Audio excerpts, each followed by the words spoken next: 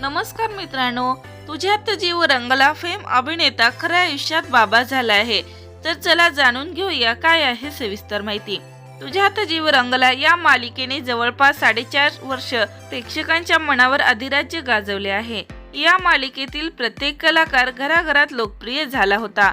हार्दिक जोशी आणि अक्षय देवधर यांनी साकारलेल्या रांदा आणि पाठकबाईच्या जोडीवर प्रेक्षकांनी भरभरून प्रेम दिलं आहे. याशिवाय तुझ्यात जीव रंगला मालिकेतील अन्य कलाकारांना देखील घराघरात लोकप्रियता मिळाली होती.